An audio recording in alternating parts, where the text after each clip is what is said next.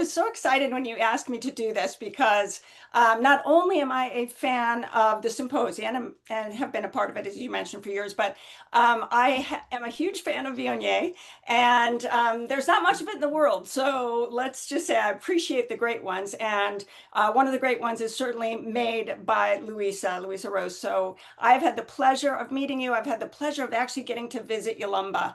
And that's how I'm going to kick off. I've got Viognier in my glass right here, which I get to drink. And I don't think you have a glass, Louisa, but I will drink for you. And talk a little bit about the place. Talk a little bit about Yolumba's history and where it's situated first. Yeah, well, thanks, Leslie, and I'm so delighted to be part of it, part of the symposium again. So Yolumba is, I don't know whether you can see in the background here. That's where I literally, go to work every day. It is as beautiful as it looks. Yolumba is the oldest family-owned winery in Australia. It was started, when Samuel Smith came halfway around the world with his family, on a ship and planted his first vines in 1849, and he called his farm, which it was at the time, Yolumba. And Yolumba is a word from our Indigenous people, the Paramank people of the Eden Valley, and it means all the country around. And so that's where we've been, as a family. It's now a 6th-generation family. I am not part of the family, by the way. Sometimes I feel like I've been there. But you have been there a long time, Louisa, right? You have been there. How many vintages now?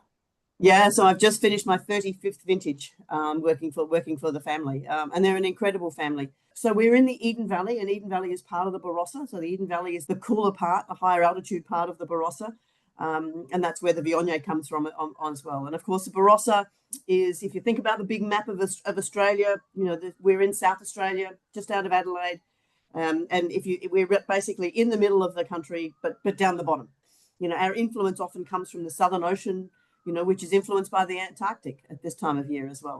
It is a beautiful area, and you're in Adelaide, as you said, which is sort of the town center, the city center, really, of the Barossa. And Eden Valley is a remarkable place, as you said, a cool climate area, and makes beautiful reds, but makes remarkable whites, an area for remarkable whites. And we're going to talk a lot about Viognier for the next 20 minutes. So how did you come by your passion for Viognier?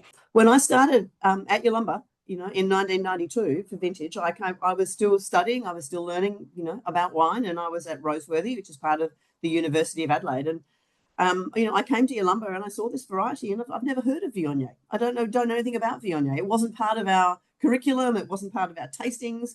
And I soon came to know that Viognier was a variety that was, at that time, almost extinct. We at Yolumba planted the first Viognier, which we think was one of the first commercial vineyards of Viognier outside of the Condrieu, the Northern Rhone, anywhere in the world. It's a little bit difficult to sort of tell, but we think somewhere around the 30 acres was all there was, even in Condrieu, in the entire world at that point in 1980. In the world, right? Yeah. So I felt a bit better once I did a bit of research and understanding that it was almost extinct, but it was one of the varieties that we were exploring. It made sense that it should work in the Barossa because that Barossa has been home, since the 1840s to Shiraz, which is Syrah, of course, Grenache, Mourvedre, those beautiful red varieties out of the Rhone Valley. So it kind of made sense, and probably more so in retrospect, that Viognier should do well in the cooler part. If you think about the Eden Valley and Barossa Valley, which make up the Barossa, being the cooler and the warmer parts of the region, and you sort of think about the Northern Rhone and the Southern Rhone, that's not an analogy you want to take too far, but it makes sense that Viognier should have done really well there. And of course, over many decades now, it's proven to be the case. Well, and as you said, you discovered it, in your college years, and not even your college years, but after that. So to think of 1980, when you were, starting to plant, or when they were starting to plant, because that's almost 50 years ago, what made the Eden Valley so special as a place for Viognier? So beautiful, higher in altitude. So, up to around sort of 1,600, 1,700 feet in altitude. And altitude gives you cold nights, right? So the higher you go up in the mountain, the colder your nights are.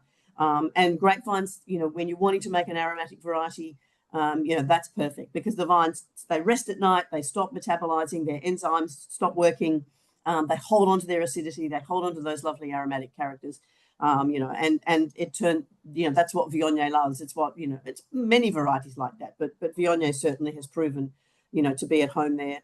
We've got quite shallow soils in the Eden Valley, lots of rocks. It turns out Viognier doesn't need to be in really rich, fertile soils either. So, did we know that when we planted it? No, but it certainly turned out to be a really great, what was then an experiment, and now, of course, it's so much a part of your lumber and what we do. Introducing people to this grape variety in the United States, it's taken Yeah. some time, and I think you are certainly at the top of the list when it comes to not only affordable but world-class, incredible Viogniers, and you've built that program, haven't you? Well, it has become over this time your lumber's flagship white variety. So yes, we have through the range from our white series up to the Vigilius, which is our flagship, and you've got I can see it sitting over your shoulder there, a bottle of the Samuel's collection Right here, Viognier, right here as well. Yeah, which to me is the essence of Viognier for us. It shows everything that beautiful Viognier should have. It's been this incredible sort of journey for us that we didn't know anything about Viognier. We had to learn how to grow it. We had to learn, how to get the best expression out of those grapes. But once you start working with it and you unlock some of those secrets, if you like, it's been such a worthwhile journey. And let's dive into that a little bit more. So talk about how you treat it, because the Eden Valley is known for Riesling, right? We started making it like Riesling. Why wouldn't you? I mean, if that's worked so for 150 years plus in the Eden Valley. It turns out, of course, that with hindsight, pretty much everything that we know about Riesling is the opposite of Viognier. So Riesling, naturally high in acidity, fresh, sort of style. Viognier is naturally really low in acidity. And it's also a very tannic variety. It's got thick skins, and those skins have got beautiful flavors, but they've got a lot of tannins and phenolics in them as well. How do you achieve that, and why do you do that? What's become so evident with Viognier is because it's naturally so low in acidity, it needs something to give that freshness and that length and that the dryness and the food friendliness. And it turns out that the tannins are a really beautiful part of that balance in wine. Now, every wine that we talk about in the world, every wine that every winemaker makes, it's all about balance. It's not about one particular thing, but the balance of Viognier for us is those tannins are so important because it's about, all wine needs to be refreshing.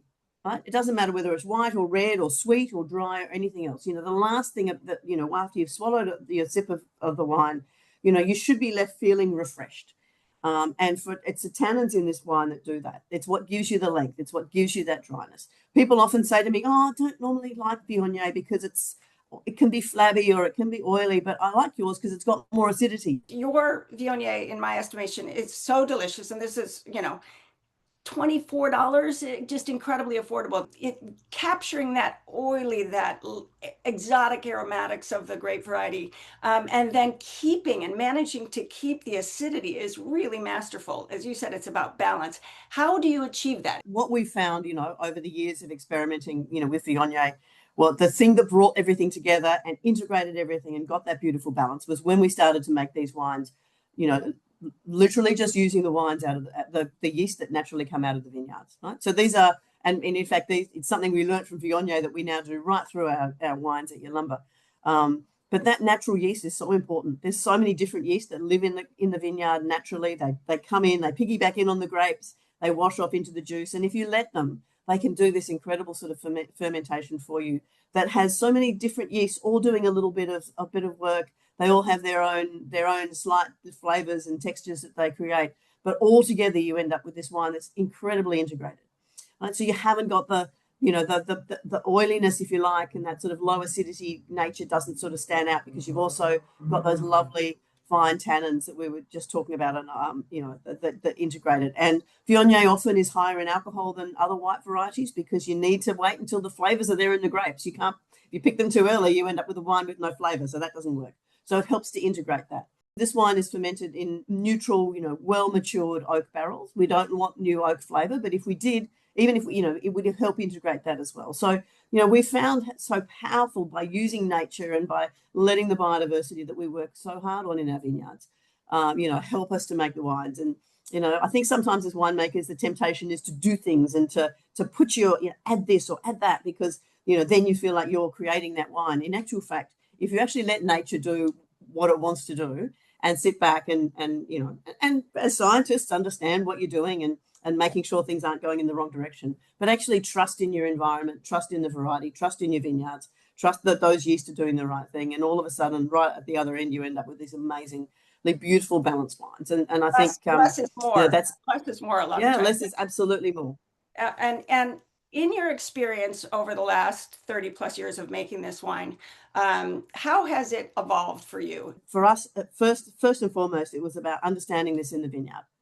If we pick it at the same way we were picking Riesling, we ended up with grapes that had no flavor. Riesling grapes, they like to be shaded by the leaves. The grapes, when we pick Riesling, are beautiful and green. Viognier grapes, if you do that, they don't get those flavors. And so we realized that actually Viognier likes to be, the grapes like to be out in the sunshine. I always think it should have really been an Australian, an Australian variety first and foremost, because, Australians like going onto the beach and they like getting a suntan. So do Viognier grapes. They love to be out there. And that's when those lovely sort of apricots and spices and ginger and, star anise and all those characters that we love in Viognier, that's when they develop. When those grapes are out there, they get a bit of a suntan. They're lovely and golden when we pick them. That was just a case of waiting, going in, spending time in the vineyards, tasting the grapes, comparing the different bunches. And, over the years, we learned that. And then really, and I've already talked about it, but that use of the native yeast, was something that was the most important thing for us in Australia, and certainly at Yalumba. I mean, that was not how we were making wine. And it took took a little bit of some trialing. So in one vintage, about 1993, 1994, we did literally 1 or 2 barrels of this, just let it go and see what happened. And it's a very different process, of making wine. If we'd done it on a large scale, I probably would have got the sack, because someone would have come in, one of the more senior people would have come in and said, "What are you doing? You've just ruined that." That as you're going through that sort of muddy sort of, wild ferment sort of process. And yet what came out the other end was just amazing. But like all things, that we do at Yalumba, it's trial. Continuous improvement is about what can we trial now? What might work? And sometimes things don't work and you go, okay, that was good. We've learned from that, but we're not going to do that anymore. Whereas in this case with Viognier, the wild ferment was just such an eye-opening thing for us. And as I said before, it's not just with Viognier now. We just know that that's when you have such a healthy vineyards and those biodiverse vineyards, that can come through in the wine. And it's such a beautiful way to express all sorts of varieties. But it's what we learnt with Viognier. Explain a little bit about the innovation piece of it, because they're historic and we talk about that and you can see it behind you in the winery and you feel that when you're there, you feel this wonderful, sense of history, but also innovation, right? So talk a little bit Yeah. about that. Well, so important. And, I've worked, my time at Yalumba with Robert Hill-Smith, who, as you say, he's the 5th generation, and his daughters, Jessica and Lucy, are now very involved in the business as well. But one of the beautiful things, and it's why so many people come and work for so long at the business, because we're encouraged to push the boundaries and to try new things. We have a nursery. We can look at new varieties. We can import new clones. We can do lots of experimentation right from the new vine stage, and that's a great thing. We have our own cooperage, which is not that relevant for a white wine that we're not putting into new oak, but for other things at Yalumba, to have your own cooperage, to be able to work with the coopers and make barrels specifically with all of the slight changes and things that you can make right down, to a vineyard level is an incredible sort of thing. We might be the oldest, but we're also, we think one of the, the most innovative wineries in Australia as well, and really proud of that, and got some really clever minds, working on making great wine. And a great wine you do make. I'll tell you, this is a fantastic Viognier. Let's try to get it in there. From the Eden Valley, it says it right there. And again, I mentioned $24. Talk a little bit, I want to get into, in our last few minutes, get into the expression of these, as you said, exotic, wonderful, sort of melony, spicy, gingery, beautiful, floral kind of character to Viognier. When you smell it, it's just takes you to another place, an exotic island, and it takes you away. But then when you drink your expression, it is so crisp and so vibrant and so sassy. It really is made, as you said, to pair wine, to pair this wine with so many sorts of dishes. So, how do you describe the wine? Well, I often talk about Viognier as being, a red wine like, except that it has no color. right? Because there's a lot in that wine, and we've talked about low acidity. The analysis of that wine is closer to a red wine than a normal, white wine or a Riesling. It relies on its phenolics and that structure that we were in the tannins that we were talking about. That's very red wine-like language when we're talking about it. The flavors, although are beautiful, and you've described them, I'm not going to go through all of that. But altogether, what that means is that was a wine which is so beautifully, perfectly sort of, made to go with food. And I say this to people when I'm doing tastings in person or around the world on screens. And I genuinely mean this. If there's anybody that tastes one of our Viogniers and has it with food and they don't think they've had a good food and wine match, then you need to let me know, because I've got a list of things that don't go with Viognier, and it is incredibly short. And I'm very happy to put things on there if people really find something. But genuinely, I think that wine would go with everything. I think the expression of this really comes out when it's a little less cool, right? You want it cool because it's a refreshing white, but it also starts to really show off and show itself when you get swirling in the glass, and it's got a nice little, sense of that exotic comes out. I think the less cool Yep. it gets. The flip side of that is that it's often Viognier, I often find, is a variety for when people say to me, "Oh, I don't drink white wine." They're going, "Okay, that's fine. I understand you don't drink white wine, but you should try this wine." And so often they go, "Oh, I quite like that," right? Because it's not got that sour acidity. It's not, it's not what they're expecting from a white wine. So the red wine drinkers, white wine, every steakhouse should have a token of Viognier on the list, because it's such a great wine to have with meat. If for those people that don't want it, I mean, the beauty, of course, of wine is that there's so many different wines and so many different styles and colors and flavors that there's always something that's going to be perfect. But Viognier, Well, I think fills a lot of those gaps. I agree with you. It's got that refreshing character. You can drink it in the summertime by the pool, but you can also drink at fireside in the winter with, with some beautiful cheeses and things like that. So in our last minute here, let's talk about some of your favorite pairings. One of the things that my plan is, when I have some time, put a couple of Viogniers in a backpack, and I'm going to travel the spice route of the world, through all of the different countries and the different spices, the really complex textural foods, the really simple, bright, chili, salads.